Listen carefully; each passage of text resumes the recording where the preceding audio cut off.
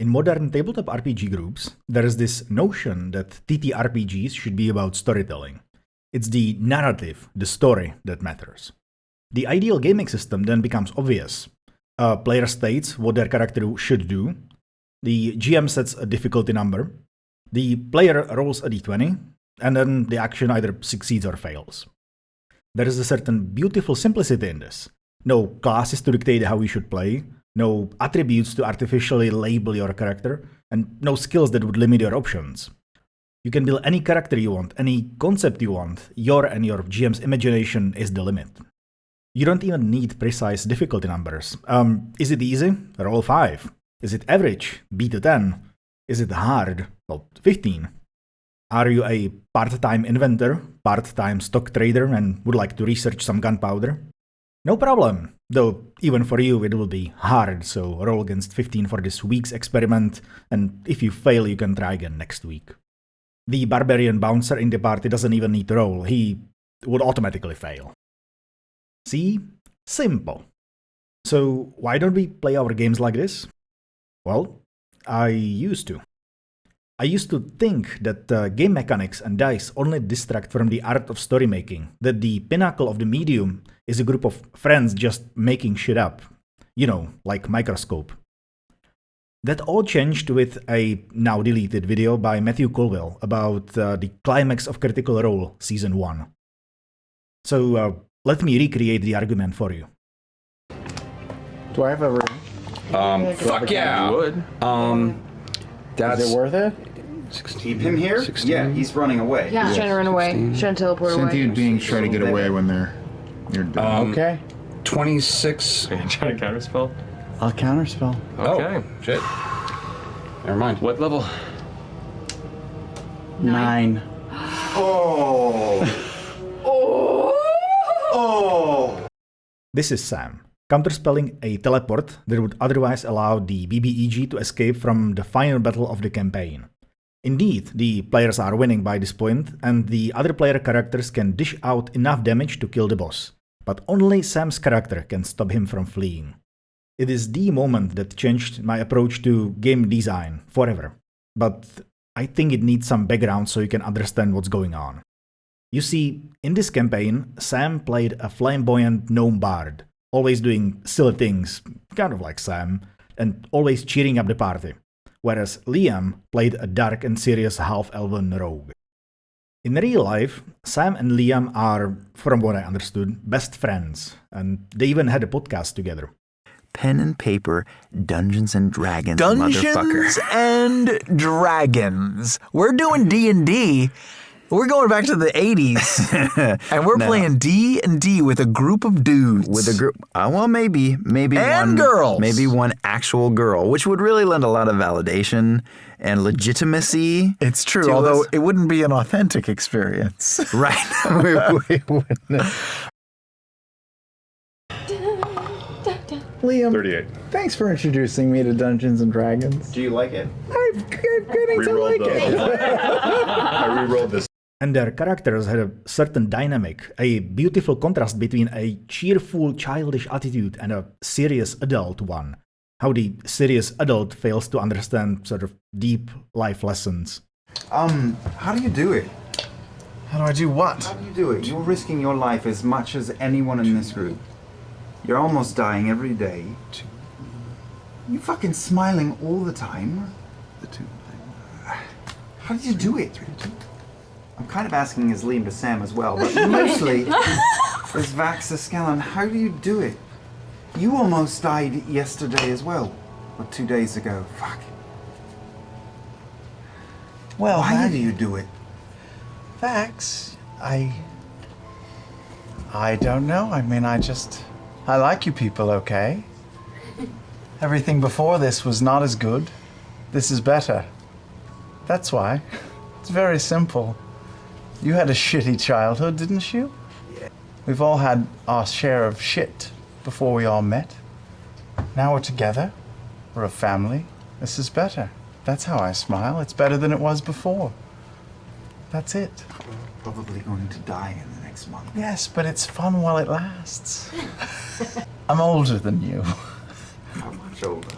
A bit. I've seen more than you have. And it's all shitty. So it just depends on how you look at it. You can dwell on the shit, or you can just leave it behind in people's beds and keep going. Later in the campaign, Liam's character dies and cannot be resurrected, but because this is a heroic campaign, the DM allows for a goddess of death to bring him back as an undead revenant, under the condition that he kills the BBEG of the campaign, who also happens to be an enemy of this goddess by the virtue of the bad guy sort of defying natural death. The implication is that Liam can basically pretend like nothing happened, but he would lose the character when the players finish the campaign. And the crew does enjoy many adventures after that. Liam's rogue gets into a romantic relationship, they travel the world, stop many bosses, solve mysteries, and play for hundreds of hours, as that happens during episode 45, somewhat early in the campaign. The second piece you need to know is how Counterspell works. Counterspell is a third level spell and can basically negate any other third or lower level spell just like that. Countering a fourth and upper level requires a spellcasting ability check, meaning it can fail. However, you can upcast Counterspell as a higher level spell to combat this. It is a bit unclear, but the implication seems to be that you can counter any spell with a Counterspell of the same or higher level. So to counter Chain Lightning, a 6th level spell, you can upcast Counterspell at a 6th level without rolling that ability check. It just works. Vecna is going to cast a 7th level banishment spell.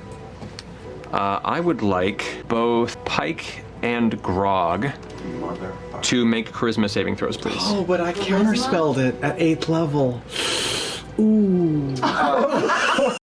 Here, Sam used an 8th level spell slot to counter a 7th level banish, which seems wasteful, but the fight has been going on for a while and Sam's bard is probably out of spell slots for anything 7th level. Even at 20th character level, bards only get one 8th level spell slot, so if a bard is out to 8th level for counterspell, they only have one more guaranteed counterspell to cast at the 9th level. But that would be stupid. 9th level is where you get spells like Time Stop. It's a god tier level of spells, like Wish, which allows you to reweave the fabric of reality to your liking. You would never ever waste a 9th level spell on a counterspell. And Sam wasn't planning to. You can see it on the DM's face. 9. Oh! Oh! That was pretty clutch. That's right. You used your wish last night. Well, that definitely works. Sam probably told Matt, the DM, whether he could use the Wish spell after they defeat the BBEG to do the ultimate, when the Goddess of Death comes back for her champion, for Liam's character, and wish for him to remain forever with the party. This would be unprecedented, keeping a 9th level spell throughout the main battle of the entire campaign, never using it, not even on the final boss, only to bust it out when nobody else would be expecting it. The ultimate thrall on reality itself.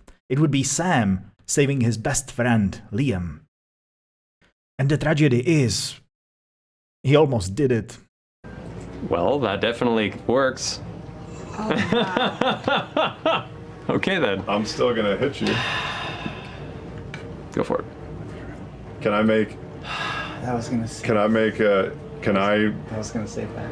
I don't have it in my hand. No. Can I we're take fine. the sword of Kaz and aim for the hand of Vecca? Can I try and chop the wrist? 32. Yeah. Yeah, that hits. Okay. Yeah. Oh wait. Yeah. Okay. That's our grog. We roll That's our that. grog. Sorry, Liam.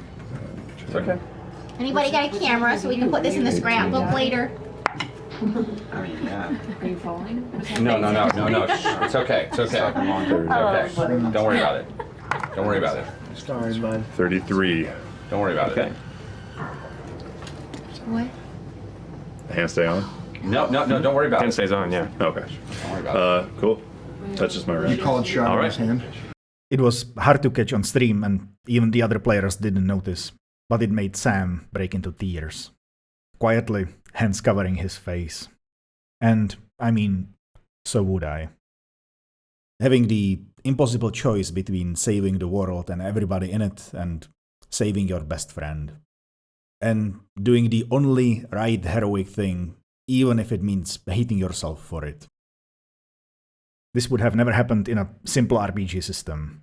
If we didn't have the concept of spell slots, he could have simply cast Wish afterwards, and the DM would probably allow it just because it's clever and cool, but it would never beat what we got. The tragedy of it, the emotion.